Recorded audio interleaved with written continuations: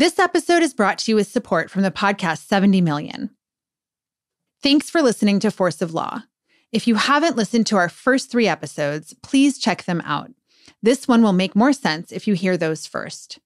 And a quick warning before you listen.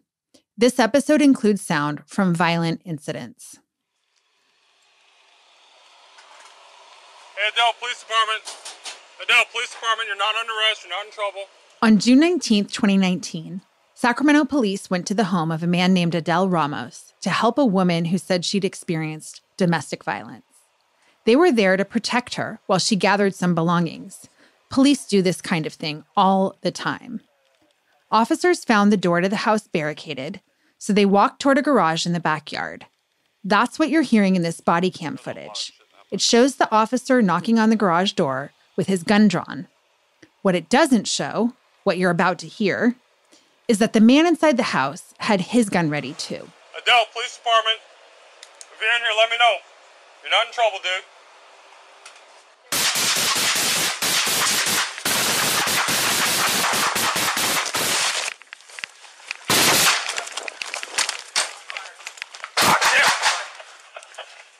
Cover, we got one down. Code 3 fire, move him in.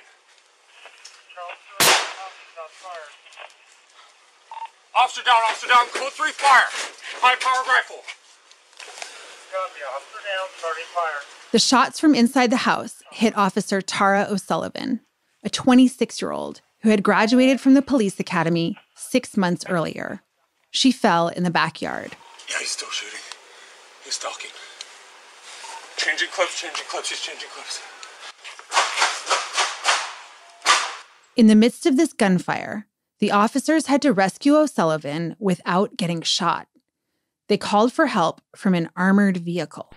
Multiple shots fired. 21, the shots are coming from the back door. More police arrived with the armored vehicle. The suspect kept shooting as they drove it into the backyard. One officer shot at him while the others loaded O'Sullivan into the vehicle. As they started to pull out, the vehicle stalled, so the officers carried O'Sullivan to safety. K9 Sam 9. Rescue is complete. She's egressing out. Eastbound out of the alley. We need to lock this down and confirm there are no other outstanding victims. They rushed O'Sullivan to the hospital. Ramos continued firing from inside his house for 4 hours, police say. Eventually, he surrendered. In the middle of the night, Sacramento's deputy police chief, Dave Paletta, addressed the media. I'm sad to share with you tonight that we lost one of our own. Officer Tara Christina O'Sullivan died at the hospital. Police booked Adele Ramos for her murder. He has not yet entered a plea.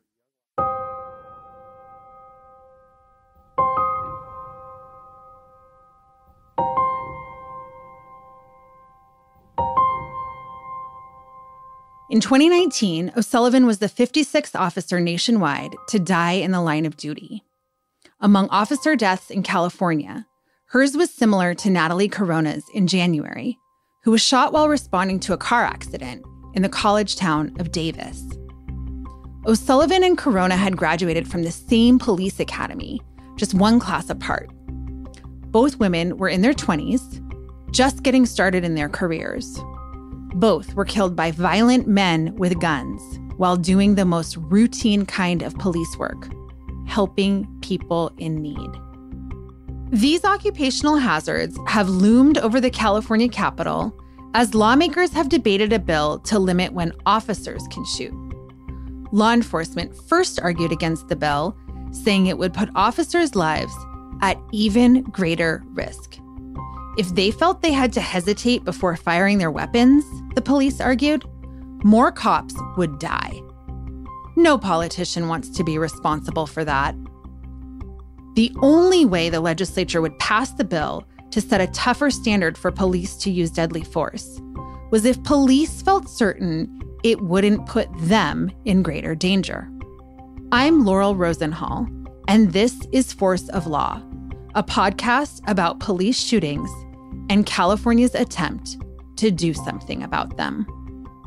This episode is about the dangers police face on the job.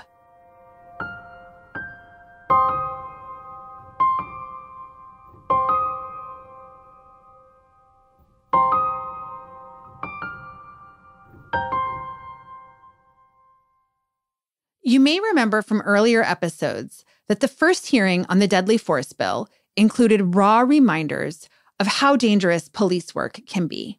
From a sheriff's deputy who survived a deadly shootout. Within 10 seconds of arriving at the store, the subject began shooting at us. And from relatives of a deputy who didn't make it. I'm a survivor, spouse of a murdered deputy, and I'm in total opposition of this. But after law enforcement lobbyists and civil rights advocates reached a compromise on Assembly Bill 392, police stopped making that argument. The Assembly passed the compromise version by a landslide at the end of May 2019. And when the Senate Public Safety Committee heard it in June, not a single opponent showed up to speak. All right. Are there any witnesses in opposition?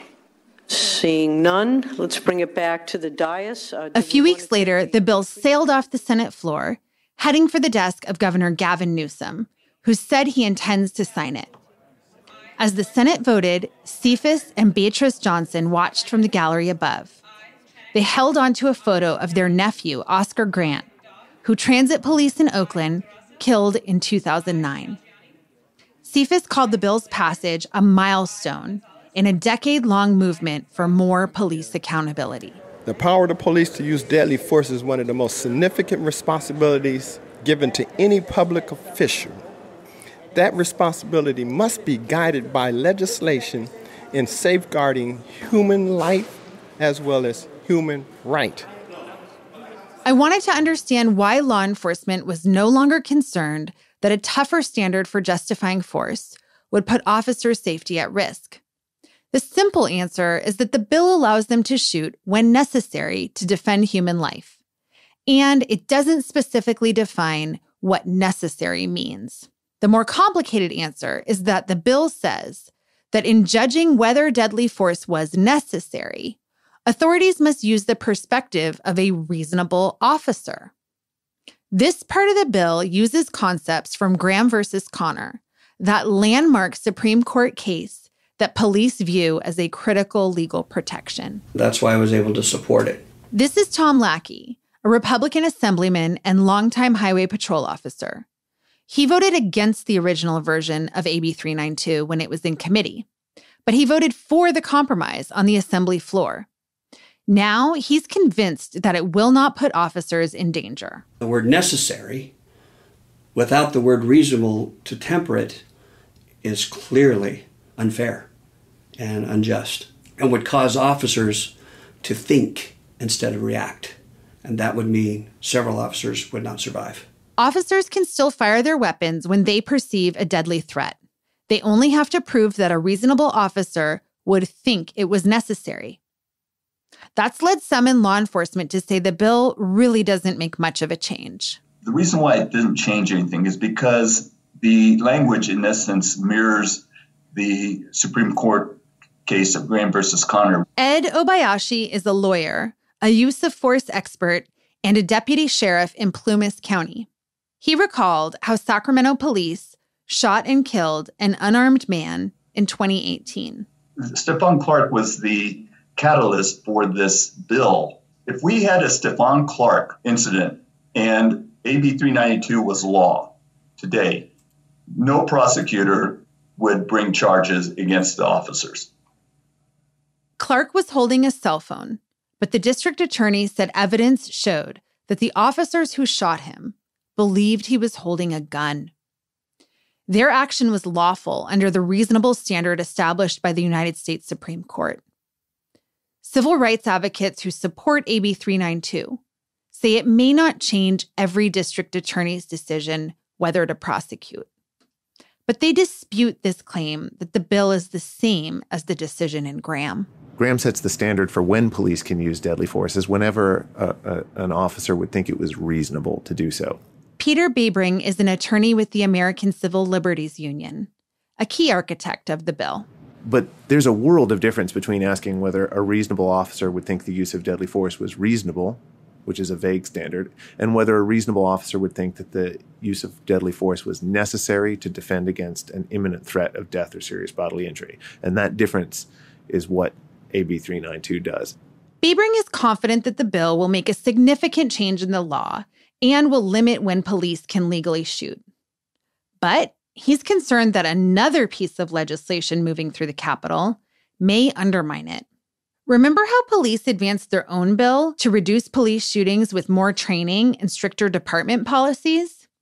They positioned it as a companion to the deadly force bill, but Biebring is lobbying against it. Both bills direct officers to de-escalate or use other tactics besides deadly force when it's feasible to do so. But the definition of feasible in this bill is so strict by requiring no increase in risk to officers, even a reasonable increase, that it makes that requirement in this bill very weak and would undermine the requirement in AB 392. Legislators on the Assembly Public Safety Committee didn't seem very sympathetic to his argument. Democratic Assemblywoman Rebecca Bauer-Cahan invoked Officer O'Sullivan's death as she urged her colleagues to vote for the police-backed bill, SB 230. I think that it's important that we remember the lives that are taken on the law enforcement side as well. And I think the deal that was struck on SB 230 and AB 392 honored the lives lost on both sides. To people who work in law enforcement, the threat of death is very real. I have 8 people that I worked with who have lost their lives while on duty. Tom Lackey again, the assemblyman who spent 28 years as a highway patrolman. One of them made an approach on a car to take an enforcement action, was shot right in the face and killed immediately. Another one had stopped to render aid to a motorist who had been broken down on the freeway and while waiting for a tow truck was run over. I have another dear friend who was a motorcycle officer, and a truck immediately stopped with no warning right in front of him, and he lost his life. After he said this, Lackey realized he'd left someone off his list, an officer who was his partner for many years. He'd committed suicide after killing a man in a gunfight, and Lackey said his friend could never come to terms with taking a life. That would make 9, because of the way he didn't lose his life on duty, but it was duty related, so actually it's 9.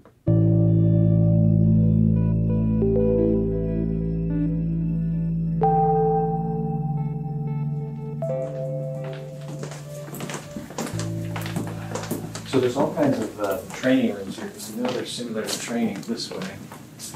Yeah, let's see if she's here. Come on in. This is Police Chief John Carley showing me around a law enforcement training facility in Fairfield, California. I was there to try some of the video exercises police officers use in their training. Carley walked me into this big darkened room with a huge screen on one wall and a bank of computers on the other. Officer Michelle Bellier strapped a belt around my waist and explained the tools that I could use. So what we have here is we have a taser simulator, firearm, and pepper spray. So you guys. Police call this a force options simulator. The videos display different kinds of threats, and officers practice deciding in a split second what kind of force to use. The imitation weapons interact with the screen so you can see where your bullets or your pepper spray land. And the officer controlling the video from the computer can make the scenario evolve in different ways, depending on what the officer doing the exercise says and does. So we'll run you guys through a handful today. Police often invite journalists to do these exercises as a way to build understanding of their profession. Law enforcement lobbyists even brought in a simulator to the state capitol in 2018 when they were arguing against the first bill to limit the use of deadly force. They set it up in the basement, and they ran lawmakers and staffers through the drills. When I started working on this podcast, I thought it was important to give it a try. My hour-long exercise quickly began to feel like a ridiculous comparison to real police work. I've never had a day of training in how to de-escalate a violent situation, or communicate with people in crisis, or even shoot a gun.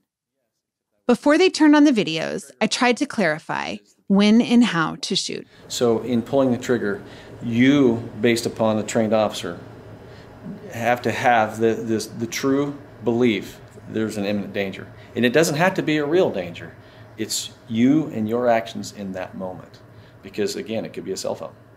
So But I don't want to like unnecessarily kill someone. No. So should I aim and like shoot them? Should I try to shoot them in the leg or something so that I'll stop the threat but not kill someone? Shooting to injure, to basically stop, may be nothing more than a miss.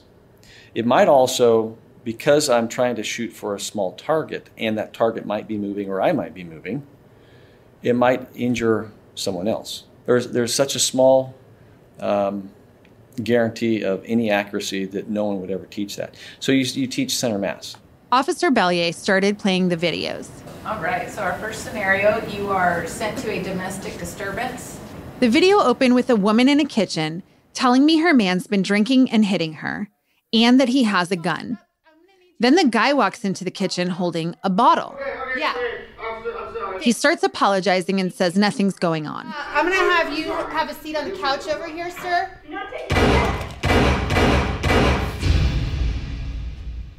That was the sound of me getting shot. While I was talking to the man holding the bottle, the woman pulled out a handgun and fired at me. I didn't see it coming, and I was not prepared to react. Domestic violence is very hostile, and this is where a lot of officers get killed. Tara O'Sullivan was one. Next up, a bar fight. Whoa! Whoa there! I'm going to need you to back up. That was me using my pepper spray. Have a seat, please. Keep your hands up and just have a seat. The action stopped, and everyone in the scene was still alive. But I couldn't tell if I had handled it the right way. Did I pass, fail, what? Right there, where she comes across and breaks a bottle across the head and neck, that would be an assault with a deadly weapon, 245 of the Penal Code. So should I have not used the pepper spray? Officer Bellier said that when she did this exercise, she shot the woman who smashed the bottle. But for me, her behavior was enough to justify it. Like you said, bottle to the head is enough. On to the next scenario. So here you are called to respond to a subject that is displaying signs of excited delirium. I'm going to need you to drop that knife right now. Drop it. Put it down. Drop it. Drop it. I'm going to need you to put it down right now. Sir, put the knife down right now. Put the knife down.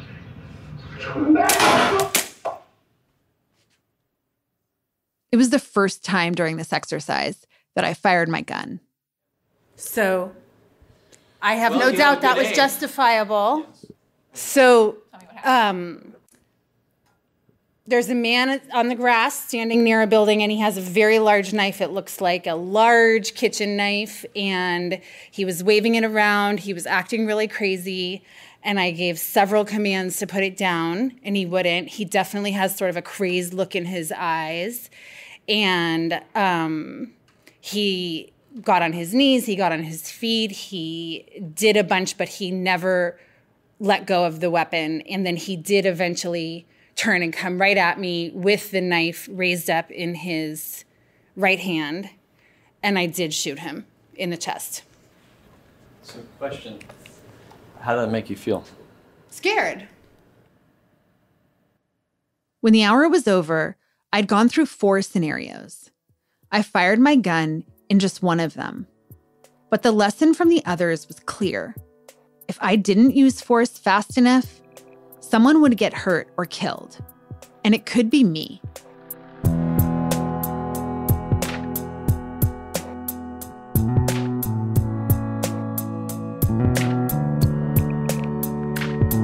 This is where the idea of the thin blue line comes from. It represents police as a line separating order from chaos, law-abiding citizens from criminals. And it illustrates why police work is so dangerous, this constant demand for someone to stand between victims and violence. Across the United States, about 100 officers die in the line of duty each year, with roughly half killed in attacks and half in accidents. But studies show that the danger to police is down drastically from a couple generations ago. I saw really dramatic declines in the deaths of police officers over time.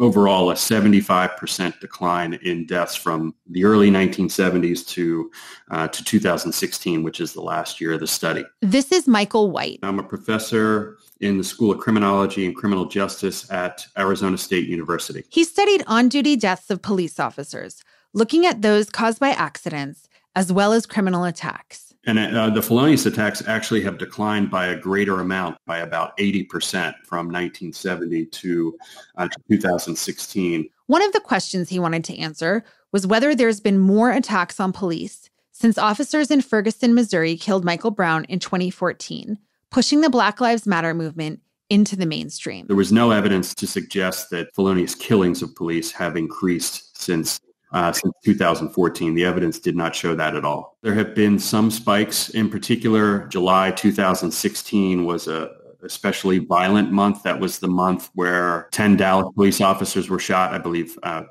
or 5 of them died in the line of duty. And then 2 or 3 weeks after that, several officers in Baton Rouge, Louisiana, were also killed in an ambush attack. But if you look at the longer term trend, as I said, policing is a much safer profession now than it was 50 years ago. White noted a few reasons for the drop. Improvements in body armor and increased wearing of body armor. There have been improvements in training, improvements in policy, the development and use of less lethal weapons that give police more tools to manage encounters that are likely to turn violent. Another researcher who's examined killings of police and by police says the same factor creates the predominant threat in both situations. Civilian gun ownership. Franklin Zimring teaches law at the University of California, Berkeley, and directs the school's criminal justice research program. If I am a police officer on patrol, the threats to my life that exist are almost completely, in terms of assaults, firearms. 97.5% of all the killings of police officers by civilians in the 6 years that we studied them were gun deaths. Officers know that anytime they show up at a call, even the ones that seem the most routine, they may face someone with a gun. We have them in 100 million households. We have them in millions of cars. They make police patrolling much more dangerous in this country than in other countries. And because they are dangerous for police, police are much more dangerous and much more apt to use life-threatening force against civilians. This is a quick break to tell you about another criminal justice podcast called 70 Million. It examines reforms cities and states are trying, like eliminating cash bail and overturning wrongful convictions. One episode focuses on a program in California that's trying to keep foster youth out of jail. And the podcast is open source, so it's great for teachers, organizers, and community media makers because it means you can use and share all the original resources on the 70 Million website for free. 70 Million is produced by Lantigua Williams and Company and funded by the MacArthur Foundation's Safety and Justice Challenge. Listen wherever you get your podcasts.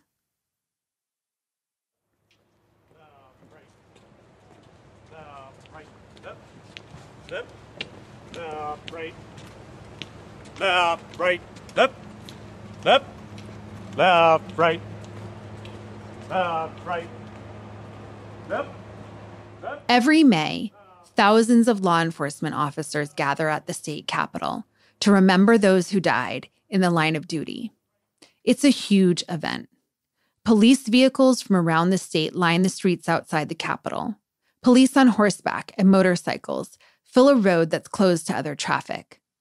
The state's most powerful politicians address officers from a stage. We're here today to enroll 10 fallen officers, 8 from last year, 2 from the distant past, who, out of love for their communities and our state, laid down their lives for each and every one of us. As Governor Gavin Newsom spoke, California's Attorney General and the state's Chief Justice sat near him on the stage.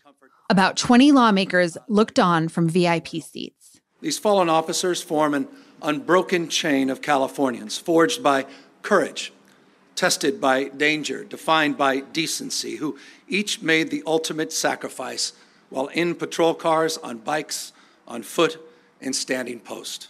This ceremony's featured speaker was Randy Richardson, chief of police in the small Central Valley town of Newman. It's where Officer Ronil Singh was killed on Christmas Day 2018. He had pulled over a man who seemed to be driving drunk. The driver shot him and fled.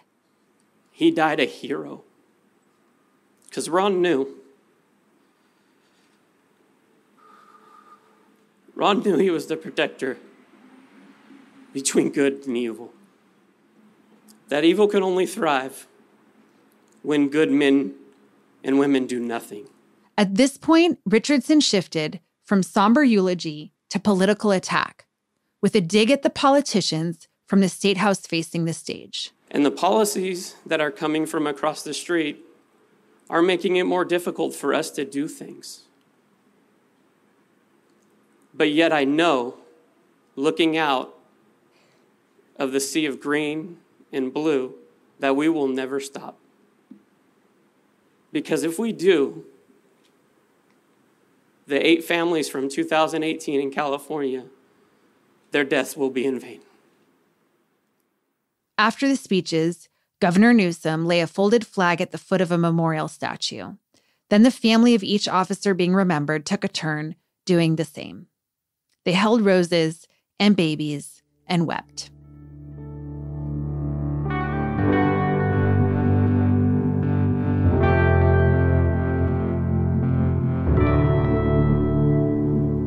By June, people who had once opposed the bill had stopped testifying at the state capitol.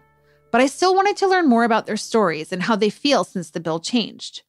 I tracked down Mercedes Wallace, the widow of a sheriff's deputy. She'd spoken out against the bill a few months before. She invited her brother-in-law to join us, and we met at a cafe in Modesto, a city in California's Central Valley. Do you guys mind if I sit in? Or? No, go ahead. Do you want something to drink? You want coffee or iced tea or anything? Yeah, or? a little iced tea sounds nice. Okay. Thank you. The cafe's owner loves law enforcement, and she's decorated the place to show her support. The walls are painted blue. There's a thin blue-lined flag hanging over the fireplace. And beside it, a plaque memorializing Mercedes' husband, Stanislaus County Sheriff's Deputy Dennis Wallace. He loved being out in his community. He didn't look at who you were. He didn't look at what color you were. He didn't look at where you came from. He just stopped and smiled and helped you if you needed help. Dennis was killed on a Sunday morning in 2016.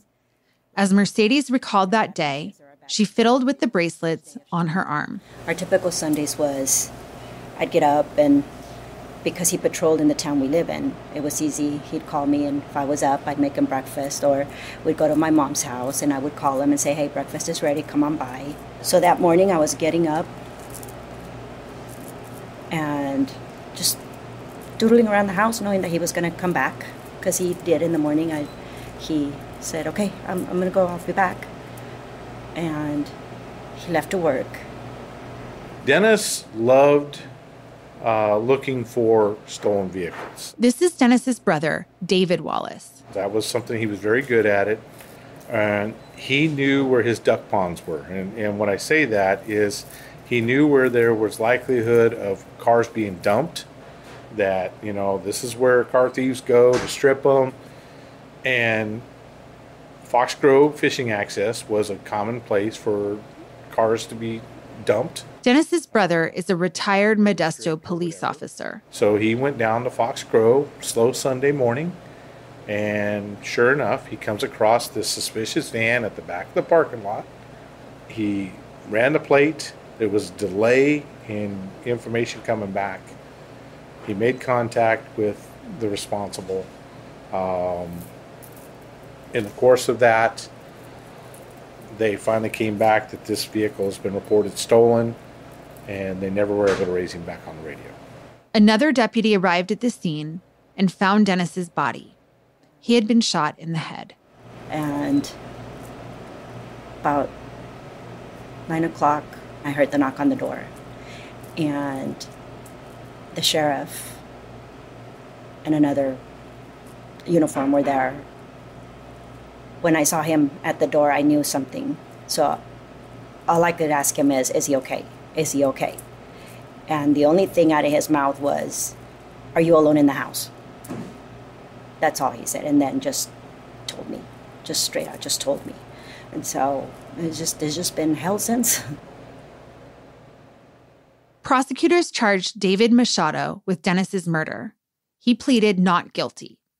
There have been lots of delays in the case, and it's still working its way through court.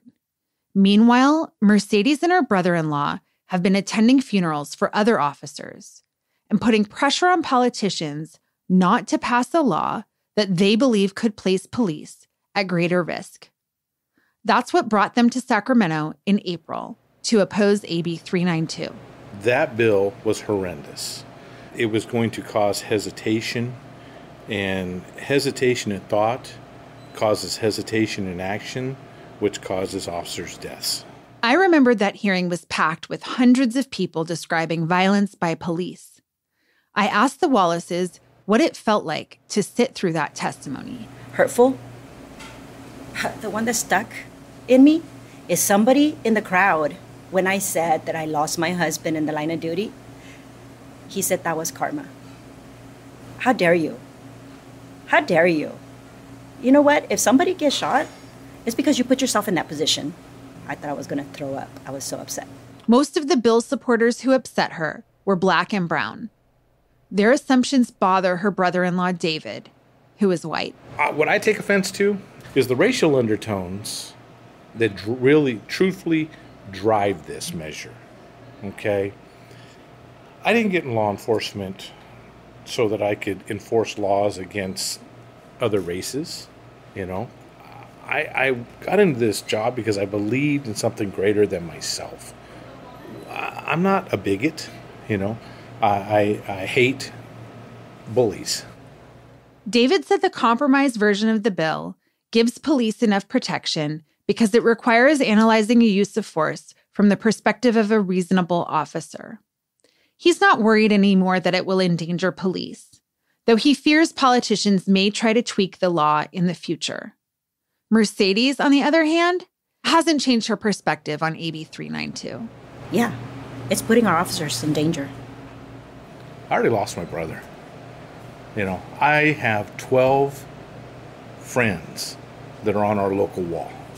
I've been to 74 line of duty death funerals. Tomorrow I will have gone to my 75th when I go to Officer O'Sullivan's funeral.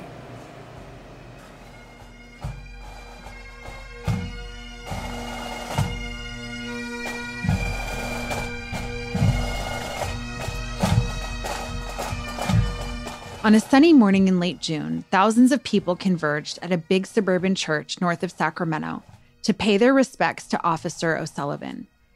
There were rows and rows of officers in dress blue uniforms, shiny shoes, and crisp caps. Officers on horseback and motorcycles. Police cars from near and far filled a parking lot that seemed to stretch on for acres. Some officers had traveled from as far away as Chicago and New York. It's just what we do. We're here to support every single officer and their family because we're all one big family. Stay together, represent each other, show support. It doesn't matter what police department you're from. We're all one.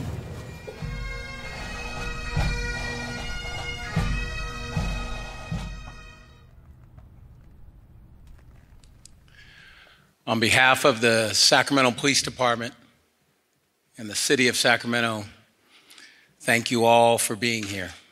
This is Daniel Hahn, Sacramento's police chief. Last Wednesday, evil showed its face in our city, as it sometimes does. As usual, when this happens, someone calls the Sacramento Police Department to help them. On this day, Tara and her partners responded. They responded to help somebody in need, regardless of the circumstances. On this day, we lost an amazing person, incredible officer, and a treasure in our city. Tara's colleagues described her as brave, assertive, and loyal. She'd known since she was a teenager that she wanted to be a police officer. Tara had a distinct and ever so memorable habit. She tended to let out the loudest, high-pitched hiccups you could ever hear. Sergeant Brett Kenayuki was Tara's supervisor at the police academy. He said she was so strong that she broke the department record by holding a plank, keeping her body above the floor on her elbows and toes for more than 26 minutes. And I can remember when she was breaking the record.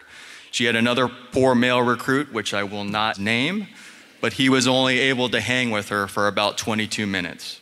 Tara's godfather, Gary Rausch, talked about how much she loved dogs and said he and his husband had cherished watching her grow up. I must say farewell to you for now, my sweet girl. Oh, how you would have loved all this pomp, all of the outpouring of love and support. Thank you for making us your godfathers and showing us a love that was so wonderfully uncommon. I love you always, and you'll forever be a part of our lives. Tara Strong. Charles 28, control. The department played the final dispatch about Tara at the funeral. T. Charles 28, Officer O'Sullivan. T. Charles 28, Officer O'Sullivan isn't answering. Sacramento Police Officer Tara O'Sullivan, badge 349. We honor your sacrifice and thank you for your service to the citizens of Sacramento. We are forever grateful. Officer Tara O'Sullivan is end of watch, June 19th, 2019. Your watch is ended. We'll take it from here. You will never be forgotten.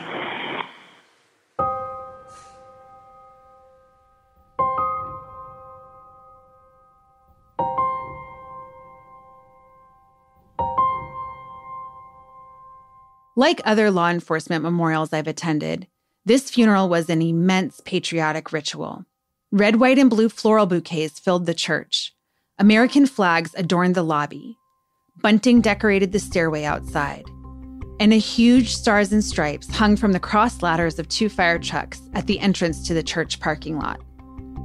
When the service ended, officers fired a 21-gun salute, and police helicopters flew over the grounds in a V formation. All the pageantry reminds you that the person who died was part of something much larger. Not just the police department or even the law enforcement profession, but part of the government, that messy, powerful structure that makes our laws and enforces them. Governor Gavin Newsom was at the funeral, as were several legislators. The service resonated with a sense of unity between Democrats and Republicans, between civilians and police. It felt like a world apart from the state capitol, where divisions are easy to see. Politics has a way of doing that, of focusing our attention on the conflicts. We see a gulf between the parties, or the branches of government, or the policymakers who want to limit deadly force, and the police groups lobbying to protect themselves. Here, though, on this day, the distance between them didn't seem that great.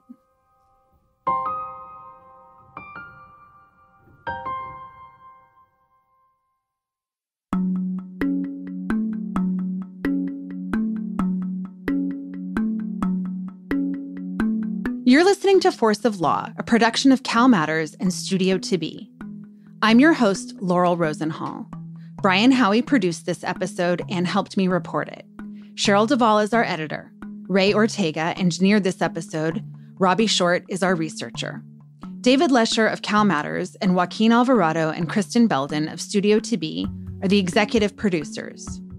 Broadcastify supplied the sound we use from police radios. You heard original music by Eli Chambers and additional music by Lee Rosevier and Remember the Future. Thank you to Chloe Behrens and Zach Moreno from Squadcast.